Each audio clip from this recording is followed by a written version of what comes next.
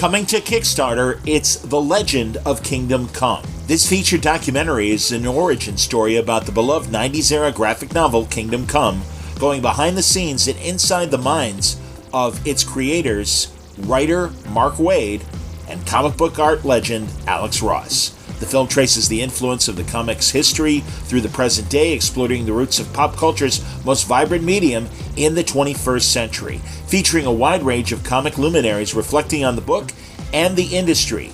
That's coming to Kickstarter, The Legend of Kingdom Come. Word Balloon is also presented by my listeners, the League of Word Balloon listeners. The help that I get via contributions from Patreon, patreon.com/wordballoon. You hear the entertainment that I provide from Word Balloon every day, that I do a new episode. I am very fortunate to have the great creators of comics and pop culture willing to come on and give you great entertainment. I hope you will consider making an actual cash contribution via Patreon, even $1 a month. But really, if Word Balloon is worth the price of a comic book a month to you, it would be greatly appreciated if you slide that extra money you would put on an issue of a comic book to Word Balloon via Patreon. Patreon.com/wordballoon. Thank you, League of Word Balloon listeners. Good morning, everybody. It's so great to see you. I hope you're having fun at Terrificon. I know I am. My name's John Suntress. I host a podcast called Word Balloon. It's at wordballoon.com. And I have the privilege on my show to interview a lot of these people, like our panelists, one-on-one. But this is fantastic because truly I am one of you, have been watching since 1993, the debut of this show, continue to watch it in syndication and also streaming because it's truly my favorite iteration of Star Trek.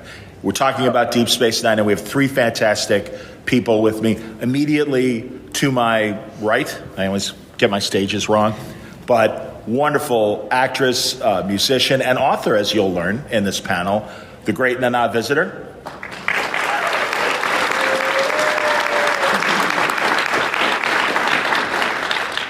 One of the great characters I was just talking about beyond Deep Space Nine. This guy played Liberace in a fantastic television movie. Of course, we know him as the was it the Scorpio Killer? Scorpio. Yeah, Dirty Harry. And one of my favorite crime movies with Walter Matthau, Charlie Varick, the great Anfrew Robinson. And also an author. Excuse me. Thank you, Armin. Indeed, also an author. And come on, man. Beauty and the Beast, Brooklyn Bridge, so many other great roles over the years. And also a very accomplished Shakespearean scholar, performer, teacher, Armin Shimmerman. Also an author. Also an author. Awesome. That's great. Guys, I really wonder, because as you've all explained to me in interviews, Deep Space Nine was kind of, it wasn't Next Generation. It came alongside of it. But it was kind of, to use the metaphor, the bald-headed stepchild that, really, I don't know if, and you guys can explain it better if Paramount didn't know what to do with you or whatever. But, I mean, my God, this wonderful wave of acceptance. I mean, we all love all of iterations of Star Trek, but really, it's been really great to see, especially when you guys made the What You Leave Behind documentary, too, just the love that we all still have for this show that you stopped doing 25 years ago. I mean, so yeah, I mean, is it a fantastic? I mean, again, you've had your predecessors as examples as well, but is it surprising that there is this much love for Deep Space Nine? Well, first of all, what I found when I was writing the book and talking to people from all the series, every single series got the same thing. You're ruining Star Trek. Even Next Generation. Yes. You are ruining Star Trek. And when I talked to one of the executive producers of Discovery, I said, I've got one question for you. Did you get, and we both said, you're ruining Star Trek. It was like, okay, yeah, we all got it then. But, it was serialized. And in the 90s, that wasn't a form that was easy, especially when they put us all over the place. I mean, you could hardly find the show. Right. And during the pandemic, a lot of people went, all right, I got to watch something. I want to watch Star Trek. Let's finally see DS9. And I remember seeing on Twitter, now X, it's saying, someone wrote, DS9 is trending. Why? Yes, we lived in the shadows for a long time, and yes, streaming and COVID and everything else helped bring us to the forefront. We are immensely grateful. We are immensely grateful because we told great stories, and we're very proud of the stories. And I do think that they left us alone because they were focused on other things. And because of that, Ira and the writers and all the designers and the artists involved in the show got to break the envelope, to go beyond what was expected. And because of that, we told phenomenal stories. That's great. That's excellent. Andrew? Well, I know all of that is true. They didn't help us by kind of impinging us, from at the beginning we were sharing the stage with Next Generation, which by then had found its way, and, Certainly. And it was the 800-pound gorilla, and then they squeezed in Voyager, Right. before we were over. So To start UPN. Yeah. And really Yeah. the flagship show of UPN. Yeah, Absolutely. exactly, yeah. I wonder, and really I'm so glad Nana mentioned it. First of all, Nana, I want you to promote your book. It's coming up October, right? Yes, it's out October 1st. It's on sale, pre-sale now, on Amazon, and it's called Open a Channel. And I really hope it does. Well, and as you said, it's kind of an oral history. You're interviewing both people in front of the camera and behind the scenes as well, the women. Yeah, and it's the women of Star Trek, what they were going through in the decades that they were filming in, but what they were projecting to the audience was this hope for a future for women that really inspired people to go, wait a minute, yeah, I can be an engineer. I can, and not only women. I remember talking to a man who was the child of a single woman watching TNG and found self-acceptance because Gates McFadden's character, Dr. Crusher, was a professional woman with a single child, and he went, hey, I think Wesley's pretty cool. I must be cool too. Did everyone else have trouble in their cities with preemption for Deep Space Nine? So I was in Chicago. I was telling Nana the other day that Cub games would preempt it, and the week before it would be preempted, they'd have a crawl at the bottom. Make sure you catch the next episode on a special night. And man, my VCR, I think I broke at least 3 VCRs, keeping track of you guys and having the timer run and everything. But I got them, so I didn't have to wait for streaming. I got it all.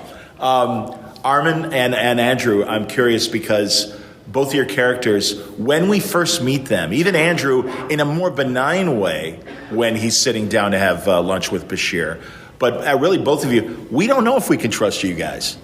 Well, that I don't know how benign that first scene was. I mean, and I've told this to a few people today. The reason I got that job is because of Garak, is because they were looking for a storyline for Siddig playing Dr. Bashir. And because he was kind of being left out as he's being one of the regulars. So they figured, well, we'll get this old Cardassian spy in there and see what happens. And at the same time, I'm struggling with figuring out what a Cardassian is. I have no idea what a Cardassian is. I saw a bit of, David Warner torturing Picard and Mark Alimo, and I thought, nah, I don't want to do that.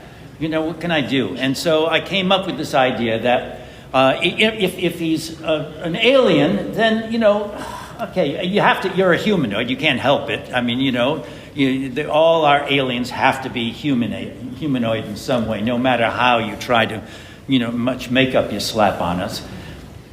So I tried to figure, okay, what is a Cardassian? What do Cardassians do? What differentiates themselves? And I was really struggling with this. And this is a true story, and why I think I got the job. So I'm in full gear. I haven't even met Siddig before we're shooting. And I'm standing around waiting for our scene to begin. I haven't even met Sid. And I see him. And Sid is one of the most beautiful men I have ever seen in my life. And I'm thinking, that's it. That's the thing. Garak falls head over heels for this guy. And so, if you remember in that very first scene, when I come up around behind him and I put my hand on his shoulder and I say hello, and And Sid picked it up immediately and sold it. He came up with this. Remember, I don't know if you remember his expression, which was wonderful, which was, you know,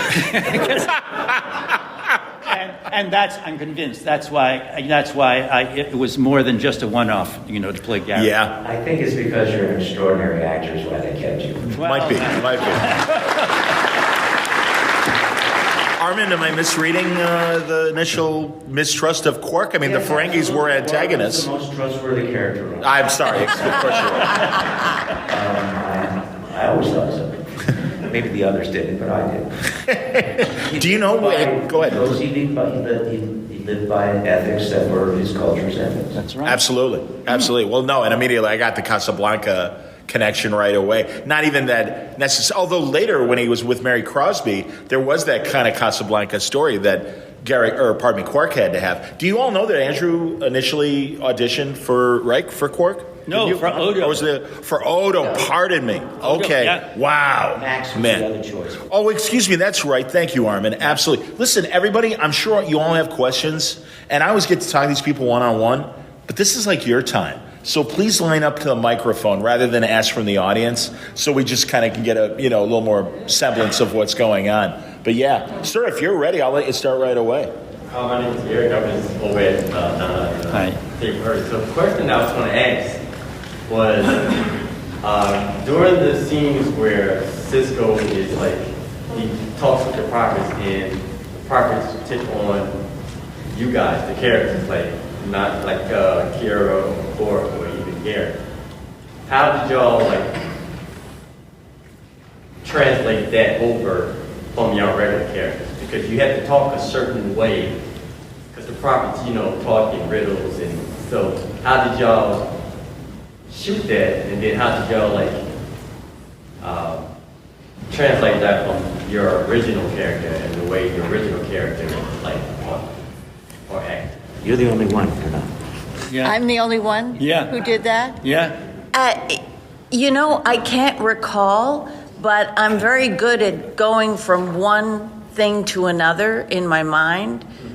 Terribly enough as a human myself, but I can drop something and go to something else very easily. And I think that's the way I did it. It was just, I remember I played a multiple personality once because I'm good at doing that. And then the other question for you I had was how How fun was it to play your mirror? That I was going to say as well. And honestly, I want to know all of you guys, the mirror universe, the intendant, come on. The intendant, I mean, we love Kira, and she's amazing, but obviously traumatized by her backstory. No trauma for the intendant. That's a freewheeling, very happy person. She's very happy in her world. That was really, I felt like a panther. It was like, I own this. You move like a panther. I own everything and everybody. And so that was a really interesting place to be. But I'll tell you, the costume was awful. It was rubber. I would sweat in it, and they'd have to bring out this 6-foot fan that I'd have to be like this in front of, so that because it would make it black wherever I sweat. I'd have a big sweat stain on my stomach. Oh my God. So, and not sexy. So, so I was like this in between shots. And the other thing, it would be like I'm going, so. But the reality was, it squeaked. Every move I made, it squeaked. So I'm walking down. So everything had to be looped. I had to go into post and add dialogue over everything that I did. So the character was great. The costume, but I think it's the costume that people remember the most. So Bob Blackman did an incredible job with that. It may have squeaked, but it looked great. Well, and you sold it. I mean, seriously, man. I mean, you're just, you're totally in full pose. And that, hey, man, that's the character. That's great. You can't shy away from a rubber suit, is what I think. If I ever write a Star Trek, that'll be the chapter. There it is. For Nana, absolutely. Andrew, your mirror character still whichever way the wind's blowing, that's who I'm with and everything. That's cool. How would you describe Mir Garak? I hated Mir Garak. I really did. Playing him or just... No, I hate playing him. Go on, why? Playing him because I lost the dimensionality of Garak. That's fair. Garak Sure. has a subtext. Garak was, complex. Garak was, he was fun because he was sitting behind his smile and so forth and having whatever he was thinking and doing whatever he was doing. I mean, but the mirror, universe, Garak, it was like a lot of bad television that I'd done in the 70s. Sure. A bad Barnaby Jones villain, essentially. The bad guy. Stick him out. Well, but I always did feel there was like a survival mode of, hey, you don't want to piss her off, you don't want to piss, want to piss Worf off, And then, but the worst was when I had to sit at Michael Worf's feet, chained to him. I mean, I was so miserable, so miserable. It's the only time, Otherwise, Garak was a joy. Mir Quark? I died. You did very early, yeah. Lucky you. That was cool to see, though, that Max took over and then ultimately Nog took over and everything. And they killed off a Ferengi in every mirror universe. They did. Yeah, I they was did. not happy about the mirror universe. With the exception, truly, of Michael and Nana, and really, you guys, you got to work with what you got. But I really did feel at the end, it's like, all right, I think too much mirror universe. Let's move on. But yeah, great question, man. Please, sir. Hi, somebody I've met already and had conversations with, which I thank you for. My name is Randy. My question for you is, given the tradition of Star Trek, by the time you got there, was there any of that, I'm trying to find the right words, was there any of that tradition a burden to you as you discovered your character? Any pressure, any feelings about that? Interesting.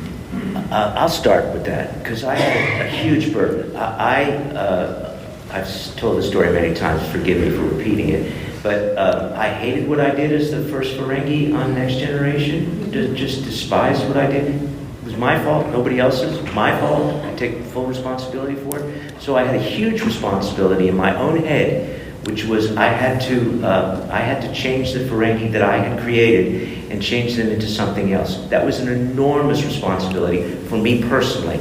And I took it very seriously, and I'm very grateful for what the writers did to help me in that journey. I had no burden at all because there was not much of a Cardassian presence before Garak. As I say, there was Mark Alimo and David Warner, and they were that militaristic kind of character, Cardassian that I wasn't.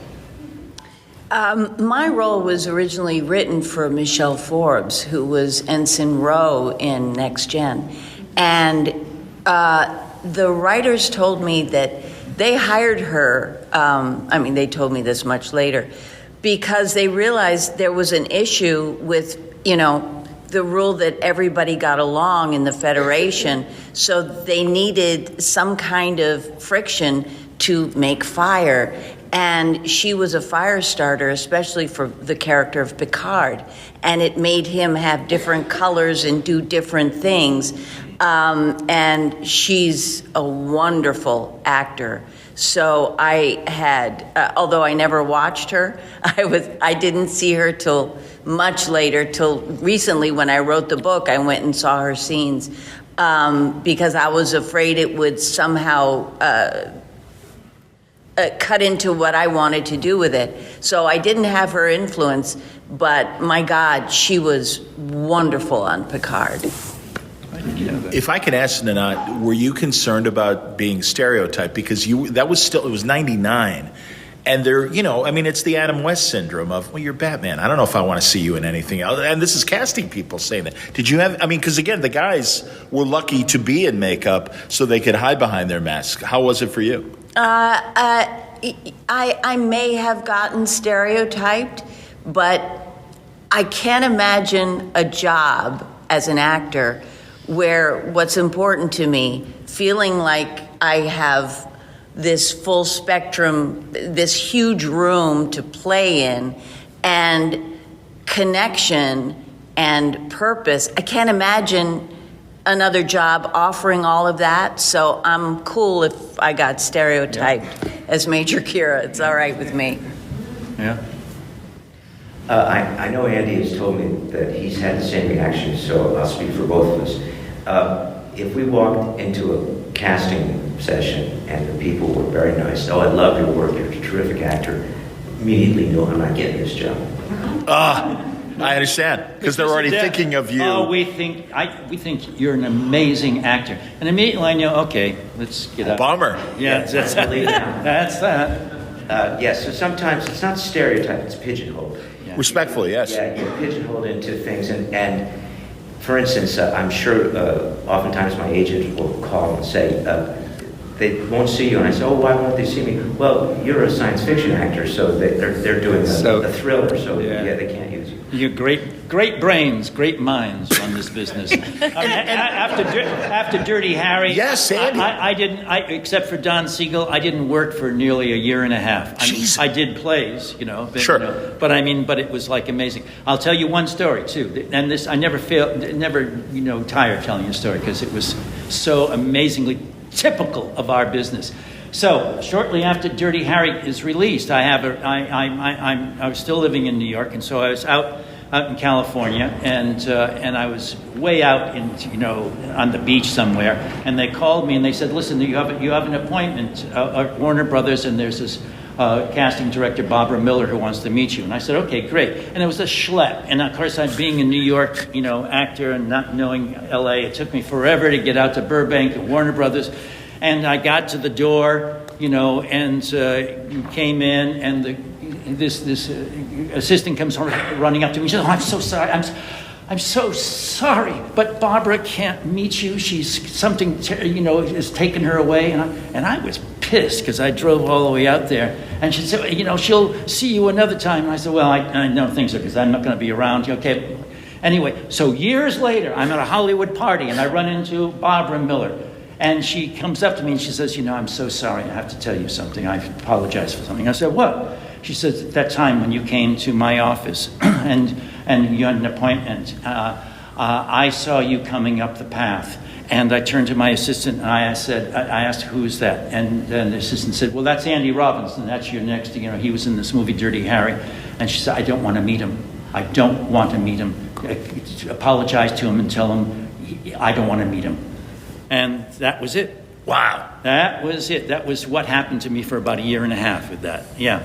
Well, again, you were playing, like you said, Don Siegel, Dirty Harry, and Charlie Varick. Yeah, you were right. playing these extreme characters. But I wouldn't pass because usually the bullshit that I would, the kind Sure. of crap that I would go up for, couldn't hold a candle to the movies working with Don Siegel. So at the time it was upsetting, but believe me, I am grateful. If you haven't seen Charlie Varick, the Walter Matthau movie that Andy made as well, unbelievable crime movie, and it's so great to see Walter Matthau in a serious role rather than his great comedy and stuff. Armin, do you guys know Brooklyn Bridge? A 90s show that Armin did right before DS9, a complete 180, and that's why I respect what you said about being pigeonholed, Armin. But truly, nothing like Quark, a very meek cousin in this family. Marianne Ross was the matriarch of the family. Louis Zorich was the grandfather. Great show, and I've told you before, I love that show. So, yes, thank you for that. Brooklyn Bridge was a phenomenal show. It was a half-hour sitcom, but it was a 3-camera. And in sitcoms, what usually happens is you rehearse, and then you shoot it on the final day. And usually it's 5 days of work. Brooklyn Bridge was a half hour, and we worked for 8 days, and we rehearsed for 7 days, and we shot it on the 8th day. And it was like doing a play. Wow. It was like doing a play. I can't explain the difference. These guys understand, but it was so rehearsed. And it was phenomenal actors. Marianne Ross was extremely good. And if I may, a shout out to Brooklyn Bridge, because if I had not done Brooklyn Bridge, very likely I would not be sitting here today. About that time, right before Brooklyn Bridge, I was convinced that I was finished as an actor, that I was no longer going to get cast in anything. I'd had a very nice career in the theater. I'd come to LA, I'd done a number of things, but at 40 years old, I looked in the mirror and said, who the hell is going to hire you? You don't look like other actors. You're a little bit larger than life. So I thought, I got to quit because I've got a wife to take care of, and I was ready to go. And I was looking for other jobs. If a teaching job had come along, I probably would have taken it. But out of the blue, I didn't audition. That had never happened before. I just got a phone call saying they want me for Brooklyn Bridge. And doing Brooklyn Bridge restored my confidence in my ability. And so a year after I did Brooklyn Bridge, I had the audition for Quark, and I went in with some confidence because I had been doing Brooklyn Bridge, and that may have swayed the difference. And also Ira Bear, who saw every show on Earth and knew every actor on Earth. Ira, by the way, who was the guy who ran Actually, Deep he Space. wasn't. And and I'm sure he saw Brooklyn Bridge. He might have, but it was Michael Piller. Oh, Mike Piller, that's right. He was the first real showrunner. Okay. That's right. That's excellent. Now, if you guys have a chance, Catchy Comedy, I think, runs it on weekends every now and then. Tremendous show. Really wonderful ensemble show. And Armin is great in it. Please, miss. Thank you. Hello, this one question is for Andrew. Your character had such a huge arc from, what looked like villain to heroic storylines. Was that the producer's intent, or did that happen from when you first started to play the role and they recognized that? That's a great question. I wonder about that myself. Quite honestly, I always expected to, I always looked forward, by the way, because I love playing Garak so much. I always looked forward to a script when a script came, because, and it would come occasionally, because I wasn't a regular like these guys. And so, but I was always thrilled when the script came, but I was always afraid that it was going to be the end of Garak, because I thought, they got to kill Garak. Sooner or later, they got to kill him, and I would have bet money on it, and I'm not a betting person. The fact that arc happened, the way it ended, was astounding to me. Where I end up being sort of like this, a leader of the rebellion. I mean, it was amazing, and I don't think they had planned it. I really don't think they had planned that, but I think basically that as this, as that series went on and so forth, they became more invested in Garak, and then of course that final storyline, which was extraordinary.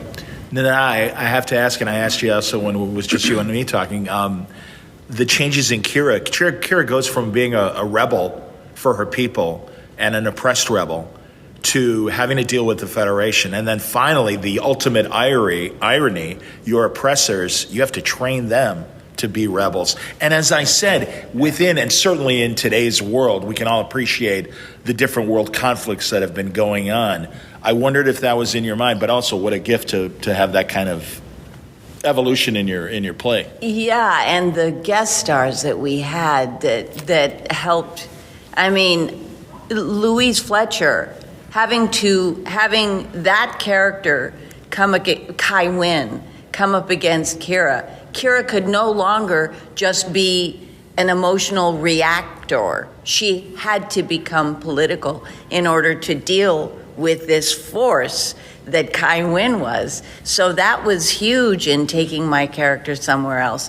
Casey was as well. Casey Biggs. I just, my husband and I just spent the weekend with Casey and his wife, and he brought up a story that I remember. The first time Kira flipped his character, we got into a physical fight, and I flipped him, and he's all, bloody and everything. He was like, now, wait a minute, guys. He was like, could she really do this? And they were like, yes. Awesome.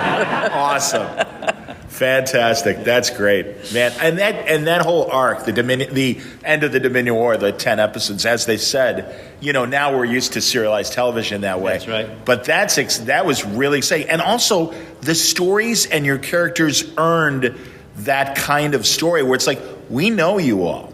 And now it's interesting seeing you in this really dire situation where shit's really hitting the fan and how you're all reacting to it. And my God, Andrew, you had I forget which, where they were all on a planet, and it was just you and Worf on the ship, and it's like, well, we got to kill we got to shoot at the planet. It's like, we'll kill everybody. Well, the needs of the many, that kind of thing. And it's, again, the turns you guys had. Yeah. Oh. Please, sir. So you did talk about Deep Space Nine becoming more popular with streaming and everything like that.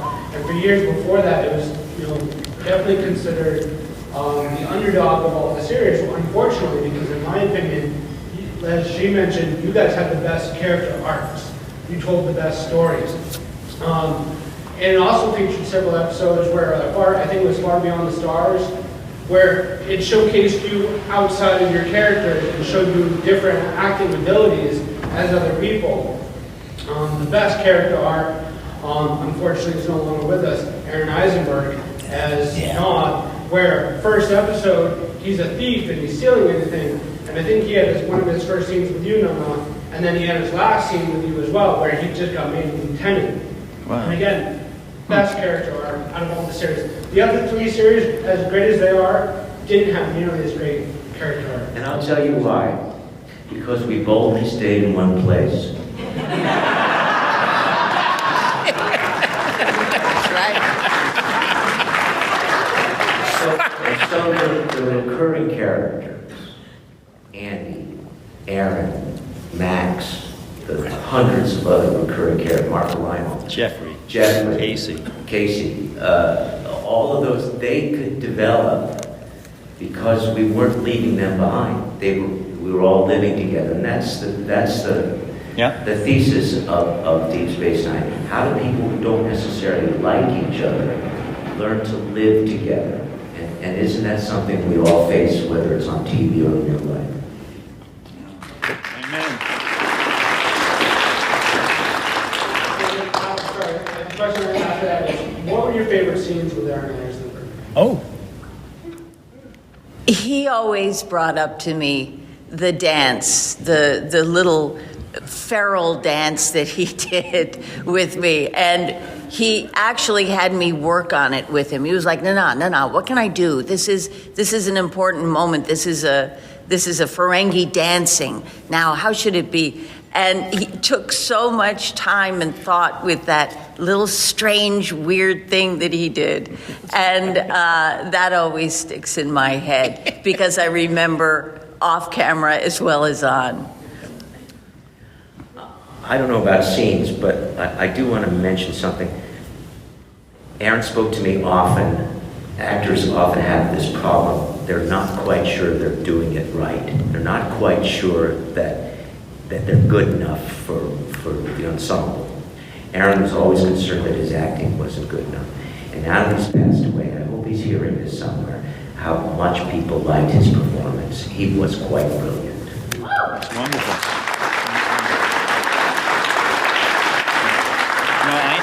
Aaron and I, sadly, really didn't have anything much. Again, because I'm Rain Man when it comes to this stuff, sadly, chapter and verse. The Empok Nor episode where you get crazy, didn't you have scenes with him there? Or? I don't remember. Okay. Actually, I don't. I only remember Colm. I only sure. Torturing Colm, which I enjoy. That's great. Please, sir. Hello. Deep Space Nine. I watched all the Star Treks. My favorite Star Trek by far, because of what the gentleman before me just said, the character development was just amazing. And I agree with him as well. Nod's character, best character development in all of Star Trek, I believe. So I just would like to ask you guys, of the characters in the show, which characters did you like? Which character arcs did you watch develop? Like, what was your favorite development for a character? I mean, other than the other than yourselves, yeah. Played. What was your favorite? I've been asked that question before, and I got to tell you, I was so happy not to have gotten Odo because the right person got Odo, definitely the right person, and I'm so glad I got Garak. Garak. I mean it. I've had a couple roles in my life, been very fortunate where the role I played has changed my life, and Garak was one of them. I didn't want to be anybody else. I'd say that Terry's, there was a metamorphosis there that I thought was wonderful. And it was really the writers, and they talked to me about this, the fact that they tried to make her be these multitudes and have this age, but she just talked about it until they finally figured out at a certain point, no, she's got to do all these things. She's got to have, Klingons who are blood brothers of hers, and show all the multitudes in her. So I thought that was a wonderful shift and a great arc for Terry. And I would have to point to Max Grudenchik and Rom. That's right. When in the first episode, Rom doesn't even have a name. He's simply the double wheel dealer. That's what it said in the script. But he does say, I'm Quark's brother. And to see the development from him being a complete idiot to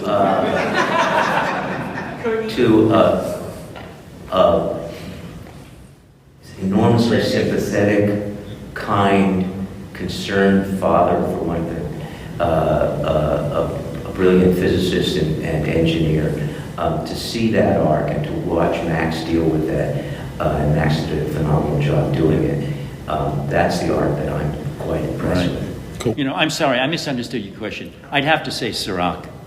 Oh, cool. Sirach, he was like, and the thing is, there was a natural, organic, growth to his character, obviously, since he grew from boyhood to manhood, pretty much on the show. But he had this steadiness, this clarity about him, even when he was a young boy. And the way it was very impressive. And I think he has been kind of underlooked because they just assumed, well, he's just the kid. He was just, Cisco's son. Very cool. Thanks, man. Miss. So I know a lot of Trek actors, including yourselves, have spoken about things that you wanted to change about your characters or do that were rejected. Was there anything you really wanted to change that was actually accepted? No. I won one battle with Ira Stephen Bear, and it was that he wanted me to have been romantically involved with Ducat, and I was like, it can't ever happen. It can be a Cardassian, but not that one.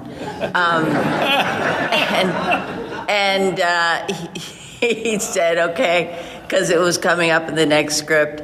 And the next script, it was my mother that he had been romantically involved with. Oh, they literally changed it for them? Yes. Interesting. Wow. Yeah. Right. Holy cow. Man. Is that it? Before we get to you, I gotta ask Armin and Andy, because Armin and I talked about it, and I want to get Andy, and also Andy and I did a year ago as well, but the root beer scene. Do we all know the root beer scene during The Way of the Warrior? Come on. I mean, seriously, that is like one of the greatest Star Trek conversations about the Federation. I'll let you start, Andy, but No, that was the only battle. It wasn't a battle, but that was the only time that, certainly I was involved in a situation where we changed something. A scene that Armin and I couldn't make work. And we said, listen, was it Jim Conway who was directing? Yeah. Said, Jim, sorry, man, you got to get the writers down here because this is not working. And they came down and basically we thrashed it out.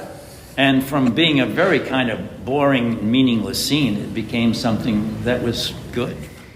Jim Conway said to Andy and I, he asked us to read the scene, and Andy and I had been working on it in my house during the weekend, and we had found subtleties there, because after all, it was a scene between two connivers.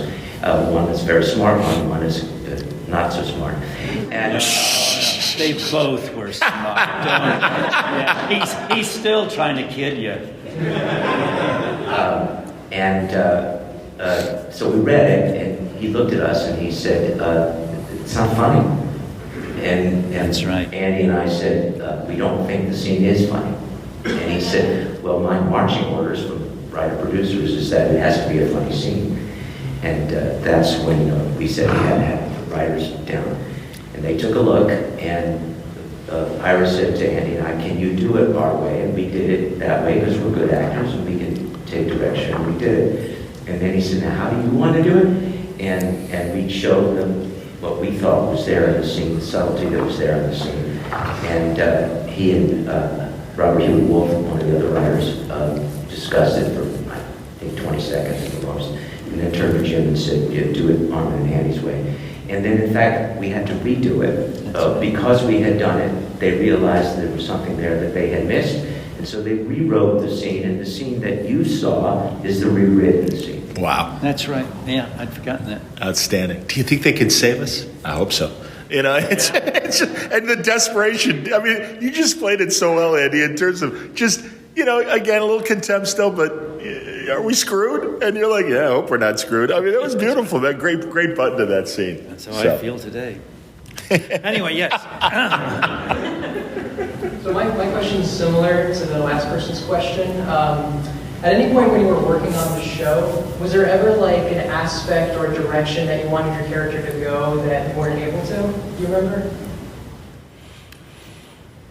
I didn't realize this until years after the show was over, when Ira shared with me. I always wanted to make Quark more serious, and he wanted it to be a comic character. So I always wanted to push the envelope towards gravitas, and he wanted it to be farcical.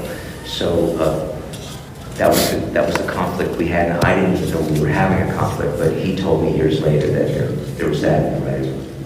But it was not, conflict is, but it was a dynamic that added to the character, that gave the character a real breadth, I thought. Well, again, I go back to one of the original questions. I was so embarrassed by my first Ferengi performance that I was trying to change it, so that was my POV. What was that? Was Next Generation? Yeah, of course it would have been.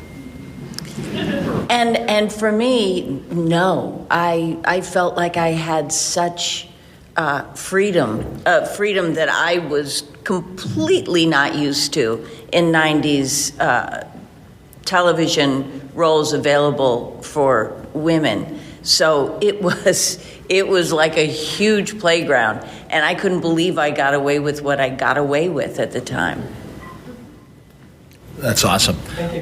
Andy, am I right? In A Stitch in Time, do you feel you addressed any unfinished? If you don't know, A Stitch in Time is the novel that Andy wrote. And by the way, last year, yes, indeed, absolutely applaud.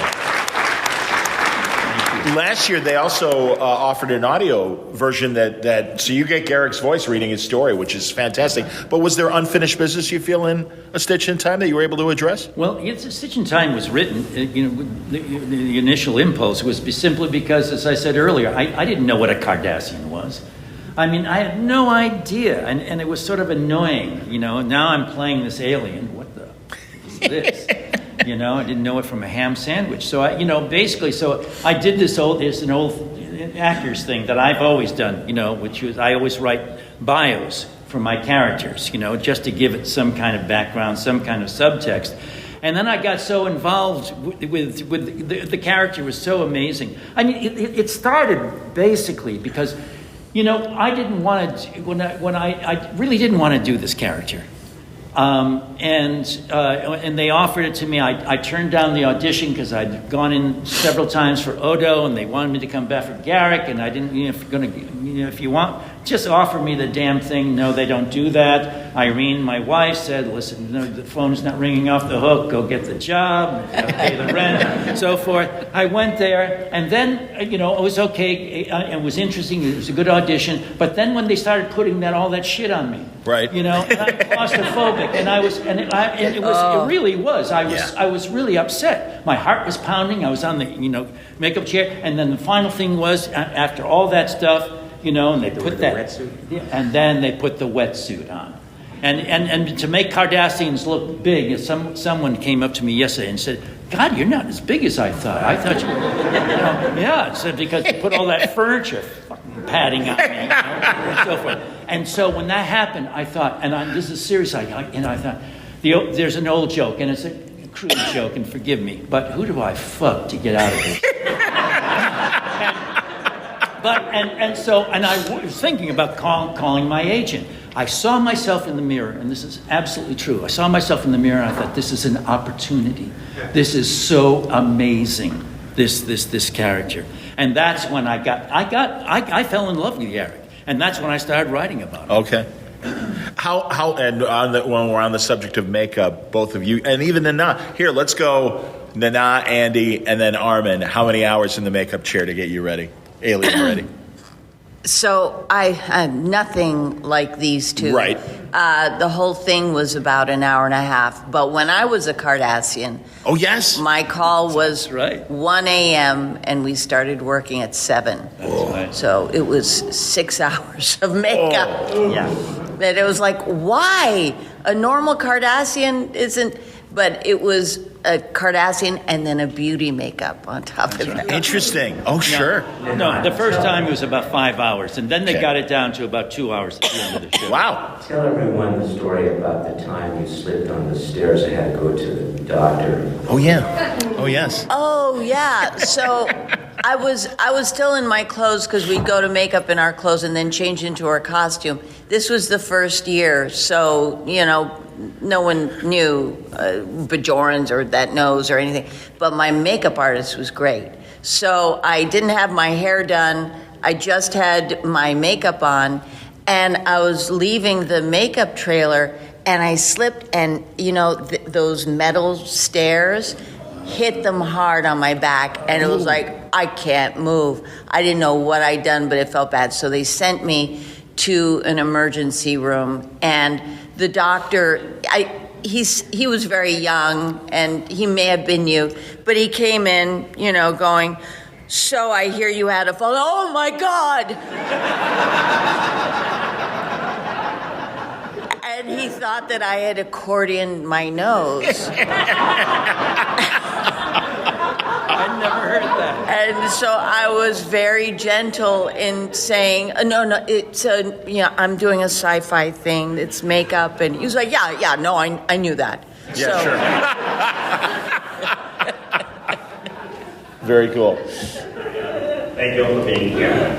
My question is whether or not, and to kind of piggyback off of an answer that you gave earlier involving the storyline or the proposed storyline with Golden Cop and your mother, what if Ira didn't cave in, all the producers didn't cave in, And they forced it. said, this is the storyline? Then Kira would have been a different person. Yeah. If that had been the storyline, I would have gone with Kira's not who I thought she was. That's all I can think of. But I couldn't imagine. I would make calls. I'm sure we all did when there were little things and go, listen, Ira, and you'd be like, nope, and okay, all right, and I was like, I get it, and so I had a history of a lot of nopes. So when I didn't go, okay, I get it, when I went, Ira, no, this is big for me, and we really had it out. And from two people from New York, there was some yelling. That meant nothing. It was just how we communicated. That's how Ira communicated.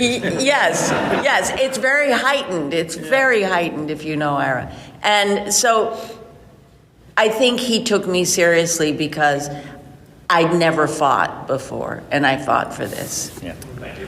But Ducat still played him as, eventually you're gonna, see the light. Yes. And the whole Zial dynamic of the three of you, because you really were sympathetic towards Zial, and there's that gray moment when the station is still being occupied, and it's like, oh, you're almost a family. Hey, we're all gonna have dinner tonight, and you're like, what the hell am I doing? My God, Yeah. that was awesome, and really, I loved that Mark was still kind of pushing that and everything. Yeah. It added great tension to everything. Conflict, absolutely. Hello, I'm Ian, plain, simple, 21st century human. Human. So, anyway. Anyway. So the show had a bit of a stigma coming up again right around when TNG was in its final seasons. Did that in any way influence how you approach your characters or your performances? What kind of stigma? Like, No, he's right. There was a Was there? Yeah. Yeah, please. All right, well, you can explain it for me. I don't know, what kind of stigma. We were the lost child. Oh, I see what you're saying. Excuse me. I thought there was next generation stigma. No. Yes, of course. You weren't next gen. They were doing films, Well, sure. We were Well, worrying whether or not we were going to be fired. Well, and also, I mean, it was great that Miles was on DS9, but the first meetings with Sisko and Picard, he hates Picard, and it's like, that's Dad. You're not, and wait a minute, Dad's going away, and now we're left with you people. We don't know you people, so I appreciate that. Please. I don't think it changed any of our work, but we, as I've said and others have said, we lived under a shadow for a very long time. One that I'm grateful we finally come out from underneath. Absolutely. Very cool. Excellent. Good luck on your beam back to the 23rd or 24th century. thank you, and may the Force prophets be with you. Thank you. Are you cool with Star Wars people? Is there any little... I've also done Star Wars, so it's okay. Oh, there you go. Yeah. Armin, I didn't realize. Did you do voice work for... Yeah. Oh, that's awesome. Very, very cool. Please, miss. Hi, my name is Katie, and I would like to start by just saying thank you so much for this amazing show. This was the first show I saw. I was 8. And Thank you. Thank you very much. 6 years later, Thank it's you. still my favorite Star Trek show. That's great. And I was just wondering if there were any episodes or scenes that you were particularly proud of. I think we're all very proud of Far Beyond the Stars. Cool. Which I wasn't in. And I... All you say is... Yeah, but it pissed me off. But even more pissed off when I wasn't in the baseball episode. Oh, that's I was true. the only one who could play baseball. Hey, wait. Oh, and what a nightmare, because I couldn't throw a ball. I remember one time Avery threw in a scene, he did an improv moment of throwing a bag at me for me to catch, and we're off on a mission. And he couldn't believe it. He threw the bag at me, and I stood like this. And he was like, "You have no instincts whatsoever. If I throw this at you, don't you want to catch it?" I was like, "No." So they got me a coach for the baseball episode. And I've still got a pretty mean arm from that. Yeah. The Wire, it was there's an episode in the second season called The Wire, and it's probably one of the handful of performances I'm most proud of. It's an episode where Garak, it's sort of Garak's origin story, but you don't know which story is true because he tells so many while he's, falling apart. That's right. Yeah, absolutely falling apart because the chip that he had that kind of controlled his tolerance of humans. Absolutely. Good stuff. And there was a scene with Avery Brooks in this thing called In the Pale Moonlight, which is like... Well, yeah. The two of you really are the leads of that show and all the dirty things that Avery had to do, and you're pulling him along. And again, the turns you had to do, all of you. But yeah, that's great. That's excellent. And I just want to mention Duet and the amazing... Of course. Yes. Harris Yulin. I just recently watched the show because I was going to talk about it for a podcast, and he makes me cry every single time. Yeah. He was just remarkable. And who was standing next to me when I met Kitty? Was he really? Oh, that's awesome. Oh, that's great. Wonderful actor. Moment on Duet. Women did not get to. I mean, that's the kind of man against man, kind of interrogation or whatever scene. I can't think of many women that got to play that role. Not many, no. That's it's Silence of the Lambs, I think. You're right, and you brought that up on my podcast when we talked about it. Absolutely, yeah. Very cool. Thank you so much. That was awesome. Thank you. I hope everyone doesn't mind that I interject while you guys are asking questions. It's please. Your show, man. Thanks, Andy.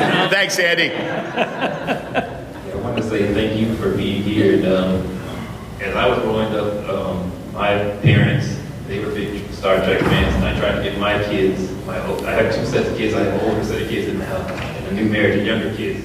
And the older kids would never, no matter how much I tried, they would never want to watch Star Trek. But as as you already alluded to, there was the Take Me Out to the Hollow Suite episode, the baseball episode, and every time that comes on, they would always love it, and they always quote it to this day. And my middle son is no longer with us, but he always loved the episode. And I just wanted to thank you guys for making that. And it's even the older son, when it comes on to this day, he watches it, and he calls me every time, and he mentions about the times he had. So I just wanted to let you guys know, just thank you for making that episode. And Nana already touched on it, the something from that. I just want to know if there was anything else that you guys, just for me, if there's anything else you remember from filming that episode. Thank you. Oh, cool. Thank you. One of the great things that we hear on a regular basis that you just did is it's very nice to be told how good our work is, and we're very flattered by that. But the thing that touches me the most is your kind of story that you just told us about family getting together and watching the show as a family, that they made time for each other. And it's not that you made time for the show, it's that your family got together and made time for yourselves to watch it. And then watching our show, and perhaps other shows as well, remind you of good times in the past. That is, for me, is the most flattering thing that I can hear. Yeah. There's so much that changes in life, but I have comfort shows too, that you watch and you remember who you were with, what you were feeling, when you watch the show again. So I love that we're a part of people's lives like that. Thanks for sharing that.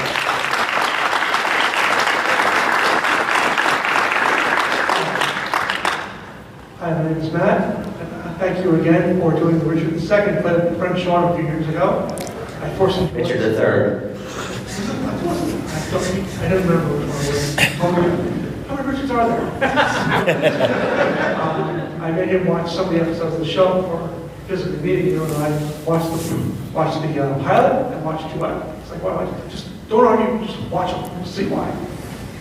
But again, thank you for the show entirely, and then carrying on into Star Trek Online, which has some terrific stories, and just many wonderful moments that were cool that they could continue from the show in general. But thank you for both things all together.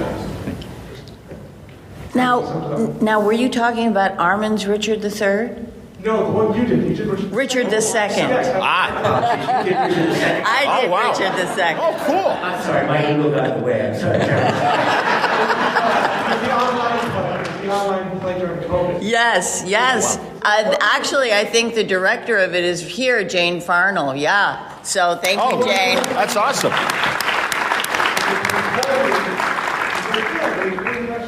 And I'm like, wait a minute, say that name again? I'm like, you're making a play with Keanu Reeves, and proceed to professionally respond for the next few minutes. But yes, and also thank you for telling him he has one of the best Scottish accents you've ever heard. He's not Scottish. That's pretty much sums up. Thank you for everything. You're so welcome. That's great. Do all of you know, and we're running short, so I'll ask people that are asking questions to be as quickly as possible. Do all of you know about Sid's site, Sid City? And do you guys know about the performance that all three of them did with Sid? That it was kind of an after DS9 thing. Some people are nodding. If you haven't heard it or watched it, it's on YouTube under Sid's YouTube channel, Sid City, I believe. Yeah. And it's this great post What We Left Behind story. And also Sirach is in it as well. And it's a fantastic story. Sid takes the lead, but all of them appear. And they're all wonderful in it. So I encourage you, if you haven't seen it and you're jonesing for a new story, there you go. Please, sir. So I guess I'll start off by saying, Andrew, when are you going to start on one of Richard's stories? Oh, there you go. No, Richard. Me one of the, I did it. We did Richard II together. That's great. Well, there you are. That's it. That's it. So I was thinking. I want to say that I missed you yesterday for the karaoke. Hope you're feeling better. Thank you. We actually had informally about 20 people. We closed down the place on Sweet Caroline. They had a wonderful. We kept on singing, but you were missed. Wonderful. Thank you. Again, like some of the other people have said, you guys were. I will say, I was born in '66, so the old generation. I remember it because I remember pretty well. I remember that as an infant. So I love that show. Next Generation was a little hard, for me to go with. I found the Deep Space Nine, that became my adult show. And that's the one I had with my parents and my brothers, so just very cherished. And each of you you guys sat in your characters so beautifully. Kira, your eye contact, as Kira, your eye contact was so good. You made us feel like you were physically bigger, and you commanded that presence, that character so well. Andrew, I loved how it's like the visuals and the sound and something changed when you acted. You just, all eyes on you. I just focused in on you because you commanded the scene. You slowed down time for me. Every time you were in there, it's just fantastic. And Armin, I mean, you in your club, you just kind of like, you were a part of the club. The way you kind of moved around, you were in such command, it was just wonderful. I love that I saw you as the principal later in Buffy, but my favorite is you in that. Thank you guys so much for that. My question is, since you guys kind of broke the mold with Star Trek, you guys went from those shows being, hey, we're out in the universe, we're going to fly, and have chase scenes, we can go off the planet, do all these fun moving things. You guys were space-locked as actors. Did you find it challenging to try to imbue a sense of movement, motion, something to make up for the lack of all of that those other shows had? That's a really good question. It is, but no, because, the traveling we did, I remember Avery telling me this years ago, the traveling was from here to here, a short journey, but a very impactful and important one. So that filled everything that I was constantly trying to figure out this humanoid's journey and failing. Another thing women weren't allowed to do back in the day, failing and learning and making mistakes and getting better. So that was a lot of movement inside. That's right. Well put. Yeah, that's right. Well, thank you all so much for being here. Thank you. Bit of a dream come true. Thank you. Cool. Thank you. Cool. All right, we're running close on time, so I hope we can get to everybody. Please, sir. So I was perfectly content to watch my DVDs of Deep Space Nine for a long time, and then what we left behind came out, and they had these beautiful shots from film. Right. Does Deep Space Nine, the objectively best Star Trek, have any chance of getting the TNG remaster treatment and coming out where we can see the beautiful sets and costumes and everything that I don't get it. I don't know. We're sitting here and, we're wondering, gee, listen, I'm not putting down TNG. That show was what it was. Sure. And things evolve, certainly from the first, series that we all love. But then going to, Next Generation, it's like the evolution of storytelling, and the company of actors that we had who were, extraordinary actors. Again, I'm not putting them down, but this was a great company of actors, and the writing was superb, and the fact that we are treated the way we are treated is baffling to me. It's okay. It's just the way the world goes. The world is not fair, but it isn't fair. This series should be given all of the technological assistance and boost that it well deserves. No question. And not to obligate them, but knowing as someone not involved with the show, Paramount, just got sold. I hope that the new owners will have the funds, because it is 7 seasons and over 100 episodes. Right. Good Lord, several hundred episodes. Oh, several for you hundred. Those are the days when we did how many episodes? 26. 26 a year. Can you imagine 26 of the episodes a year of this kind of work? And unbelievable. Whereas HBO barely squeezes out 8 or 10.